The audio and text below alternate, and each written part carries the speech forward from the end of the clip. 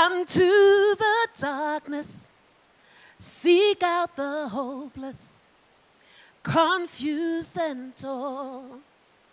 Hold out your candle for all to see it. Take your candle and go light your world. Take your candle and go light your world. I did that on purpose. I saw some of you sleeping. Good afternoon, everybody. Selfishly, I did that on purpose because I could see some eyes were beginning to nod off. I've got the graveyard shift. We've got the graveyard shift. But secondly, I think it's probably one of the most powerful songs I've ever heard, which talks to the essence and importance of each and every single one of us shining our light wherever we are. And I think that's part and parcel of the responsibility of being a leader. So I've been asked to speak on gender diversity and inclusion. Ironically, although not surprisingly, we've quoted from the same source. So I'm going to try and be as innovative as possible and not repeat as much as possible. As was introduced, my name is Lesego. Sennelo is Setswana, which is one of the 11 official languages in South Africa, and it means lucky.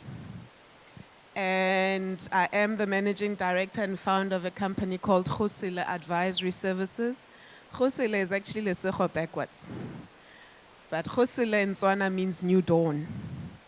And when I discovered that, I just had to use it. I am an aunt to two beautiful nieces, one 5 and one 2.5 months old. And they're probably my sunshine at the moment outside of work. I'm not sure which gen I fall under. I think it's X or Y.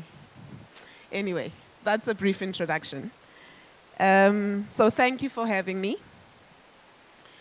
Why is, I've already done my introduction. Why is gender parity important? I think gender parity is important in that you cannot have 50% of the world's population not participating in the mainstream economy. It just means we're going nowhere very fast. And partly the challenges we face in the world are because of legacy issues, as my colleague has already explained. And secondly, we're probably resistant to change, as is human nature. And hence, women have had to justify why they should have a place in the workplace. Yet we write the same exams and just as capable.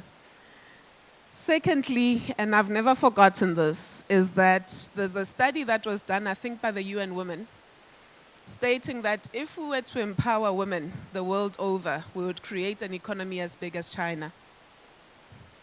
And I think that's worth pursuing in our lifetime, because that means a significant shift for the global economy. I also believe that economically empowered women result in positive psycho-social environments.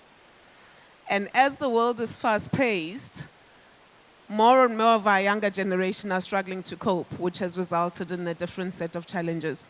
And so an economically empowered woman has more choices and is therefore able to juggle and create other jobs, by the way.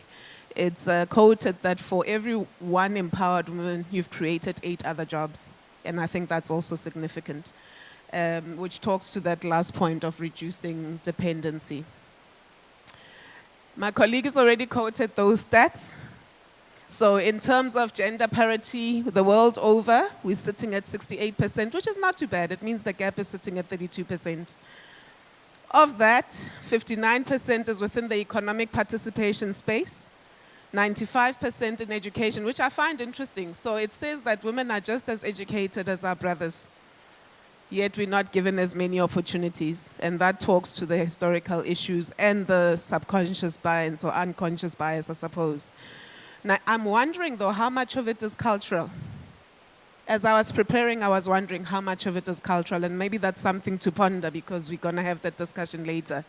96% is around health and survival sub-indexes, so it means we each have equal access to health, and the birth rate is almost equal in terms of male and female. Political empowerment, ironically, also very low.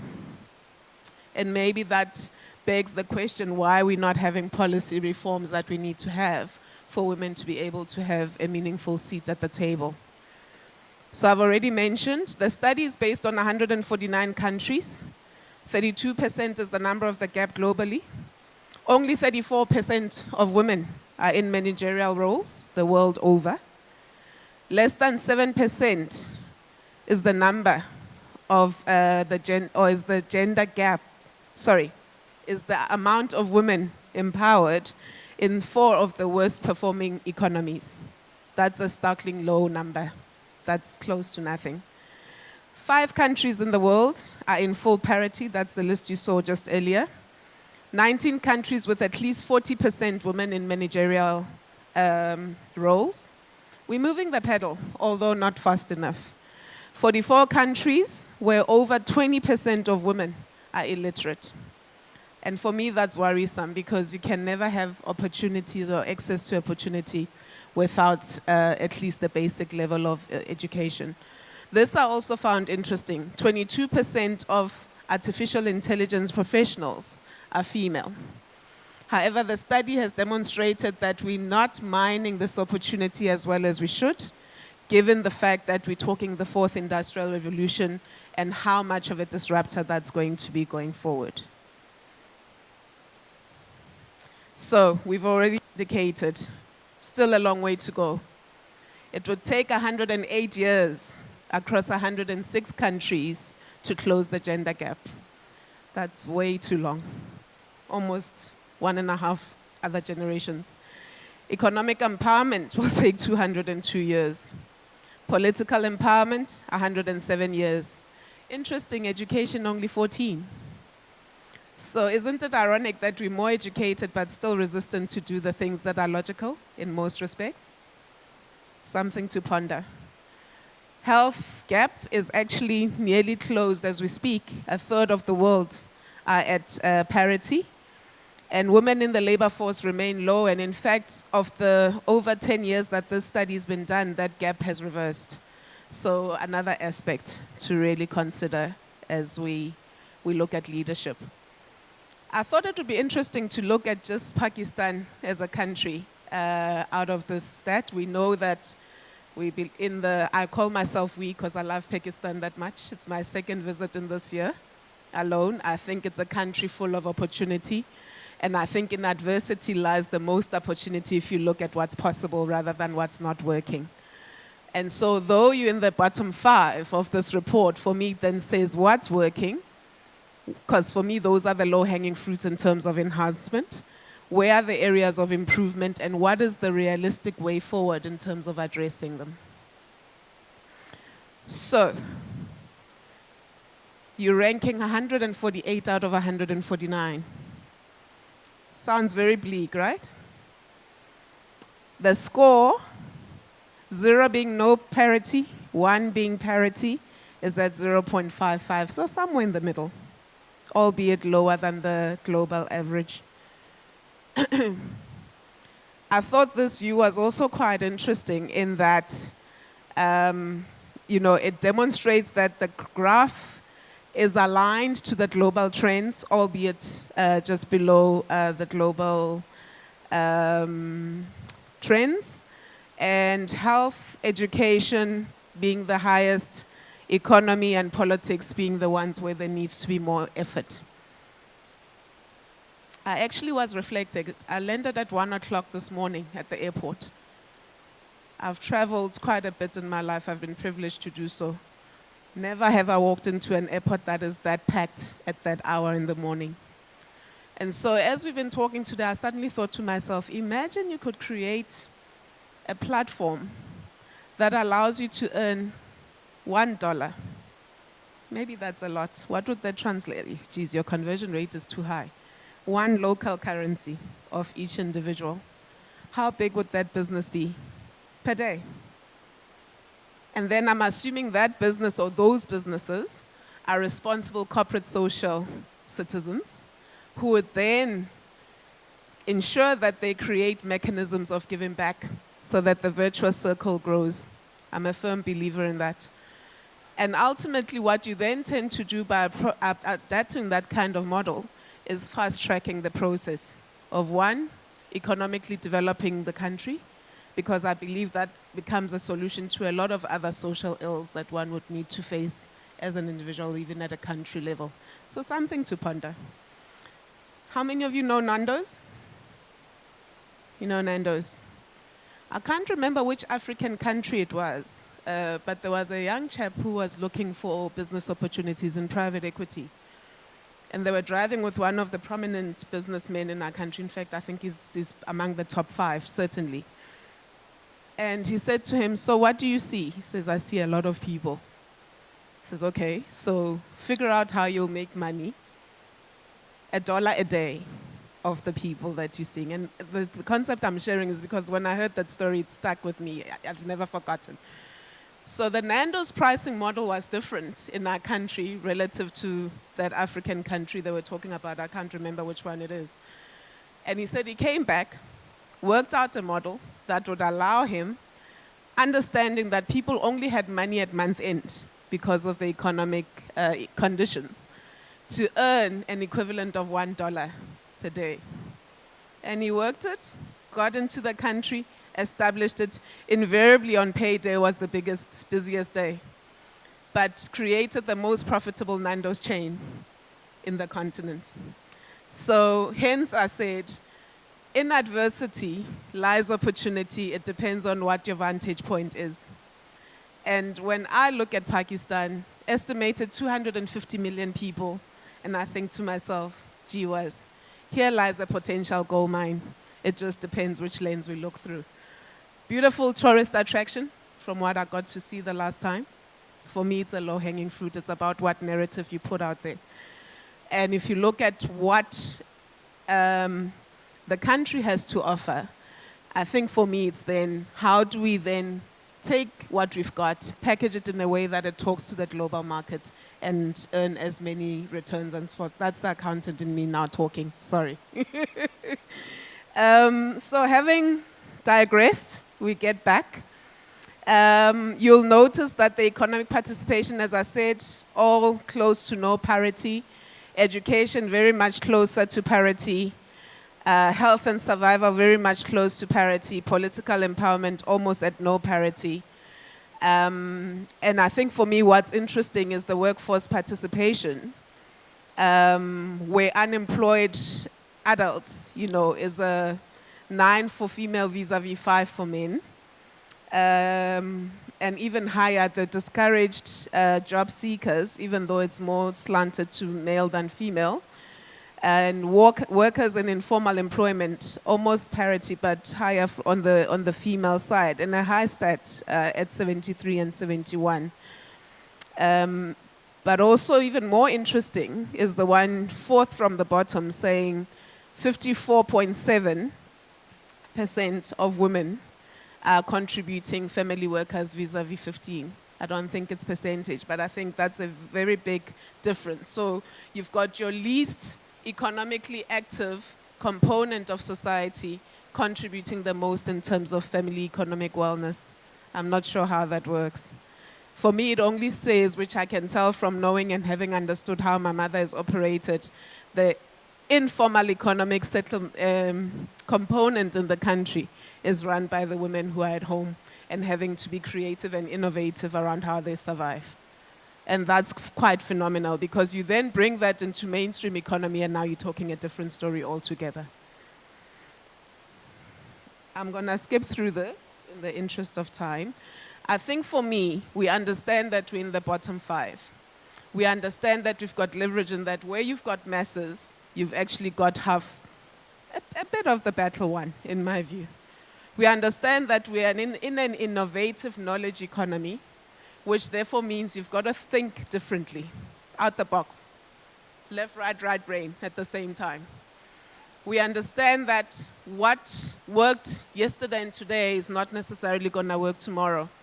And therefore, the benefits of that are that it doesn't matter where in the world you are, there's a potential to earn an income and to make money, to make a living, and to create and still supply to the world in the context of a global economy. And so for me, what I would like us to ponder on, good 5 minutes, maybe even over the tea afterwards, what do you believe needs to be done differently in order to move the pedal in as far as diversion and inclusion in the workplace and society for Pakistan is concerned? And remember, I'm a visitor. I'm only speaking from the outside in. I never purport to know an environment I haven't been part of well, more than I should. And I think it's important that we just have that conversation. So a few hands around the room, just, from your perspective, what do you think needs to happen? Then the second question, which I alluded to earlier, do we think that our local cultural narrative has a role or plays a role in what we see as the gender parity statistics that are coming to the fore? I just look at this room. It was an interesting mix, even though people have left. You probably had an 80-20 split in terms of, am I being too kind? 90-10, 95-5 split in terms of male-female. I look at the hotel, even the cleaners upstairs are male, which I've never seen in many other countries. So, I'd like to hear the local context. What do you think? What are your views, given the two questions that I've raised? Is there a roaming mic going around? Are there any takers? It is still interactive, even though it's the graveyard shift. We've got a lady up here in front. Have I got the mic? Should I give you this one?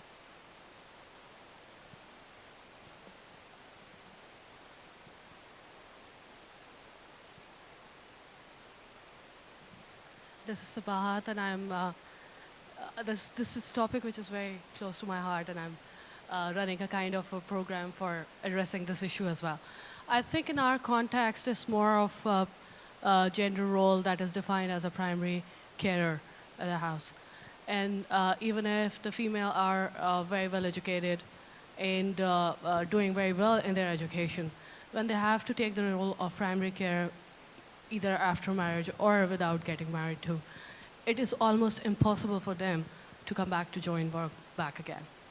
And that is one area where I hardly find any organization working.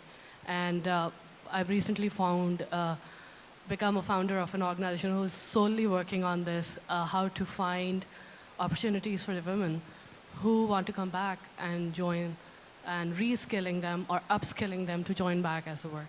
So one of the contexts is becoming primary care and coming back. And then secondly, there are very few opportunities which are designed for both male and female. So either it is completely female-oriented, for example, teaching or typically HR, or it is completely male. And anybody who wants to break the barriers, they have to really become the hero of that part. So these are two things that are my takeaway on that. So I'm hearing two things from you: scarcity, and the first one that you raised is around the role of a woman as a nurturer and a family carer. Anyone else? Thank you for that. There's another hand at the back.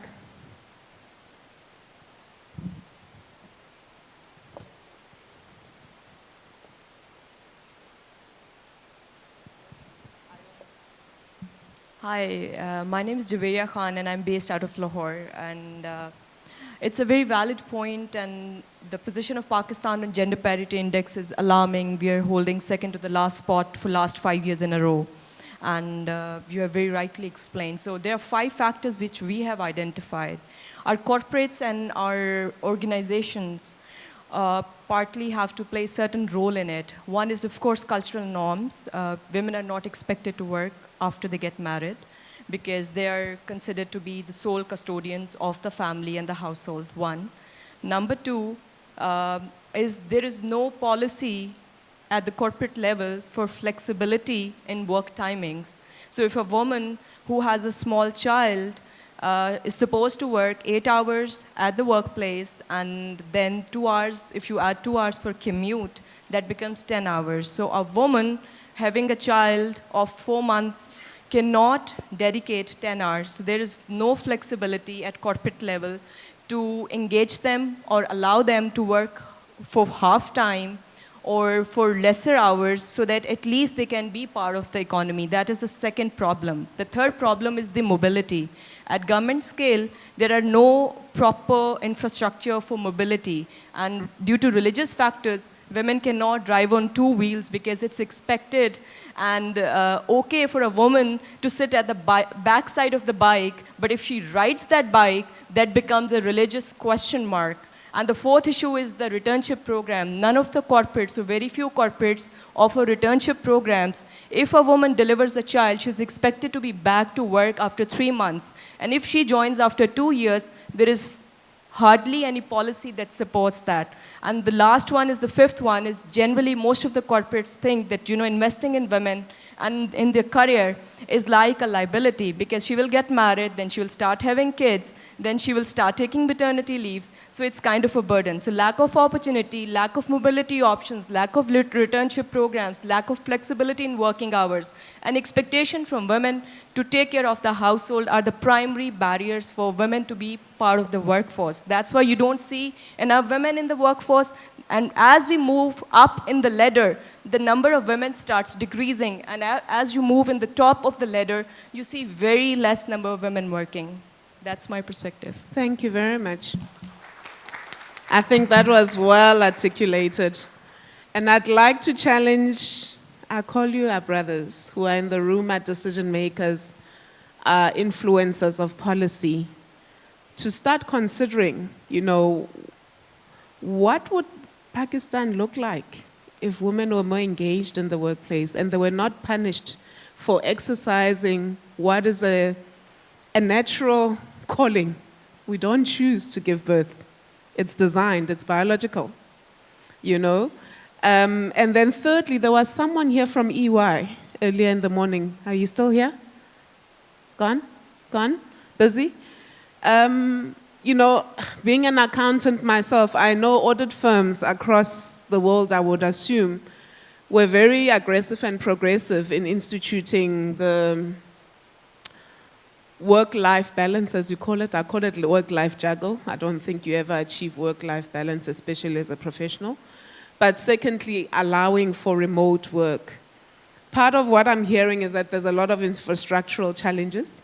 And so maybe just as my country is going through its own challenges, one of the challenges here at home should be how do we attract capital so that the infrastructural capability can be put in place. And then thirdly, I'm not sure how you start to deal with the cultural reform, because I think at the heart of anything else would be getting that right. It reminds me of the Zulu nation back home, and how the woman's duty is to be home and the man must provide.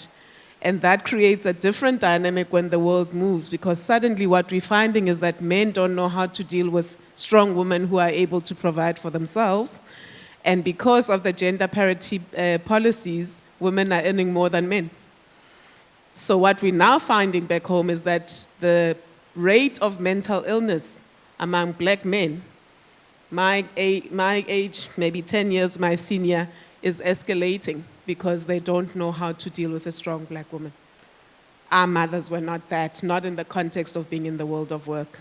So I think with that, what I'm trying to say is that it's not something that's going to happen instantly. It's a journey that you need to take, but you have to be intentional about it. You have to be intentional about it. And I also thought it would be interesting, perhaps for people in the audience, if I shared the story of how we transformed the CA profession back home, especially from a gender parity perspective. So you would have heard in my introduction that I served as a managing director of the African Women Chartered Accountants Investment Holdings for 5 years. And I served as a board member and eventually president of the African Women Chartered Accountants Forum, which is an NGO focused specifically on accelerating the advancement of African women chartered accountants in the country, promoting the profession, promoting gender parity within the profession. So I just thought I'd share with you what milestones we were able to achieve just by being intentional and focused, and I'm mindful of time. So at a country level, I think we had a double whammy in terms of diversity and inclusion. Firstly, it was from a race perspective because of our apartheid history. So if you are black, you are marginalized, you are not supposed to participate in the mainstream economy, you are actually left in the outskirts. And I recently learned that as a consequence, that's how we created what is now today one of the biggest industries in our country, being the taxi industry. It's because black people were left in the outskirts with absolutely nothing. And out of that came innovation of how do we cope and survive. The second one was obviously then around gender, as we're having the conversation today. So even when we got through the process of having our democracy in 1994, in fact, even pre that, white women were also considered not to fit into the world of work. So it was at two levels. I think what then helped is we then had democracy. With that came policy reforms, part of it at a country level being the broad-based Black Economic Empowerment Act, which in essence forced that people of color be given opportunities that in the past were not offered to them. And in that were included white women as well, by the way, because of the historical challenges.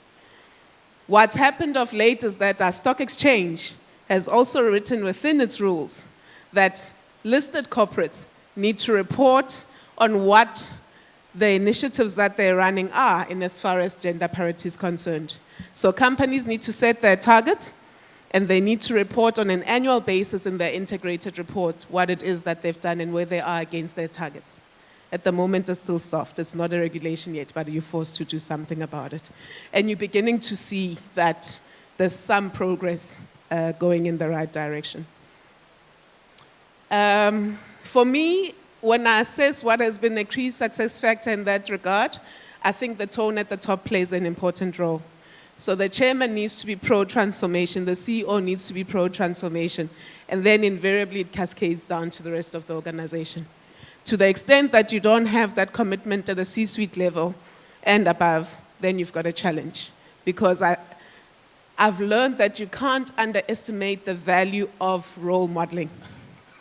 You can't underestimate it. I've often sat around the boardroom as the only black female, most often the youngest in the room, still feeling like I'm an imposter.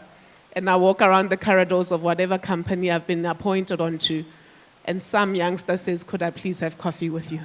And then you realize it's not just about you.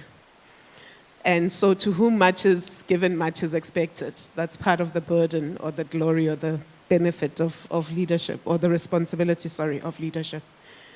As a consequence, some of these organizations, though, were formed before our democracy. Many were formed after. We had transformation-focused professional member body organizations, including the African Women Chartered Accountants that I've mentioned. So the Association for the Advancement of Black Accountants in South Africa, which is not gender-focused, was formed way before 1994. In 2002, the women within the profession said, we're still not making progress as fast as we should. Therefore, we think we need to have an organization that's purely focused on gender parity. There was an uproar, because the main body was like, why are you separating? Why do you think this is important? Fast forward to 15 years later, which is when I stepped down from my leadership role in the organization, we had moved the pedal to be neck and neck with our male counterparts, and the pipeline was 60% female. I still maintain that would not have happened had we not had a focused effort around gender parity.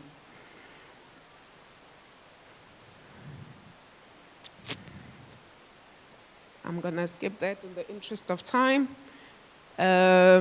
So formed in 2002, really inspired by the then First Lady, Mrs. Zanele Mbeki, who had been going abroad, identified organizations like the International Women's Forum, among others, and came back to our country and said, why don't you start this? Business Women's Association. So a lot of the gender parity movements that exist within South Africa were actually inspired by a former First Lady, and many of whom still run today. And the objective really was to create a platform for African women CAs in the country to be able to network, and secondly, to create a pipeline. So at the time, there were only about 10 women CAs in the country. Invariably, because we had gotten into our new democracy, they were overstretched, because any state-owned entity would have had to appoint skilled black people around the boardroom at a C-suite level, you name it. So they needed to know who their other counterparts were, one, but two, to make sure that there's a pool of leadership that's coming under them. In this instance, black, meaning African, colored, and Indian, only made up 1% of the entire CA population in the country, the entire CA population. Today, we sit at over 15%. So it was 407, and I was not in that number. And we ran that through a 3-tier strategy, which I call Cradle to Grave. Identify young talent all the way from school level, raise awareness about the profession as the learners are having to make subject choices, take them through university by nurturing and supporting them and creating a bursary fund for those who need access to money, supporting them as they write their board exams through various initiatives. And once you've qualified, really and truly, I say every level has its demons. So taking you through the unspoken rules of business and how it is that what it is that you need to do to succeed. And then lastly, to celebrate their success. So in essence, that's the key initiative. Process. We run a number of initiatives. As I've said, at school level, student chapters, we are present in 10 universities in the country and growing still every year. And for me, we've seen how young people are actually independent as leaders. And for me, it says there's huge hope, for the future. You just give people the ability and the space and the room to do what they need to do, and young people get on with it. We run various career conferences. We run the bursary fund, where annually we recognize a woman of substance who's not necessarily an accountant, but an established and a woman of stature within the country. And I'll take you through who those have been in the past 13 years. We have mentorship programs to take you through your journey as a CA. Out to lunches, celebrate success events, roundtable discussions, the Leadership Academy, which also has a board leadership readiness component in it, mentorship circle, which was formed for people even outside the profession. As I said, we're realizing that our young boys, our brothers, don't know how to now coexist with us. So we're very intentional to say we've achieved our gender parity goals, as it were. How do we then start creating that balance so that we don't create dysfunctional societies? And that's where we were. And then for me, what's also important and close to my heart is the Entrepreneurs Forum, which was also formed because we saw that the older generation, mainly due to push factors, were leaving corporate. The younger generations, because they're not patient, your millennials, would complete their training and go open their own shop. So at Deferment, we needed to support that kind of a member. And then we are accountants who care, so various CSI initiatives that are run across the country in various organizations. That's just a bit more information about the Entrepreneurs Forum. Parity are the mentorship programs that we run, in a more relaxed setting. These are the 13 women who have been honored to date. Some faces you may recognize, some not so much. You've got Sis Pumzile, the UN Women Understudy Secretary. Tulima Donzela, who was a previous public protector. To the left is Dr. Nkosazana Dlamini Zuma, who's a minister in the presidency. Under her, you've got Piliswe Buthelezi, who runs an organization called the National Empowerment Fund, whose sole responsibility is to fund emerging black businesses so that they've got access to capital. I won't go through all of them. There's some accountants there as well. And just to show you the stats of where we've moved, this was actually at our 15-year landmark, so it's about a year and a half old. But at that point, we had funded 80 bursary candidates, having started from 2, by the way. Only 2 was what we could afford in year 1. The number at the time was over 5,400. We are now sitting at over 6,600 and still growing. So if the pedal can move by that much in a year or 2, it shows you what concerted effort can do, from 1% to 15%. And with that, I just thought, thank you. I'm not sure if there are any questions.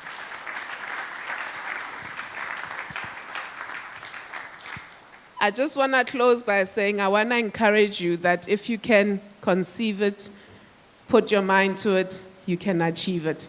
And I firmly believe that Pakistan is a land alive with opportunities. It's just about how you define them, how you consolidate effort and work as a collective and ensure that you move your country forward. It's a beautiful one after all. Thank you very much, Ms. Eva and Ms. Lesego, for your valued views and the research which you shared with us on diversity and inclusion, a very important subject, and we all saw where do we stand. As a country, really need to cover a long distance. And yes, the onus is on all of us, but I think you rightly pointed out that males also need to take charge. And you especially had a slide on that, and I still remember it. While hearing all that, I was kind of started feeling guilty as well. But at the same time, I realized that we in our organization as well, we are working on it. And as far as HR is concerned, I can share with you that our ratio is 50-50 in the HR team. So anyway,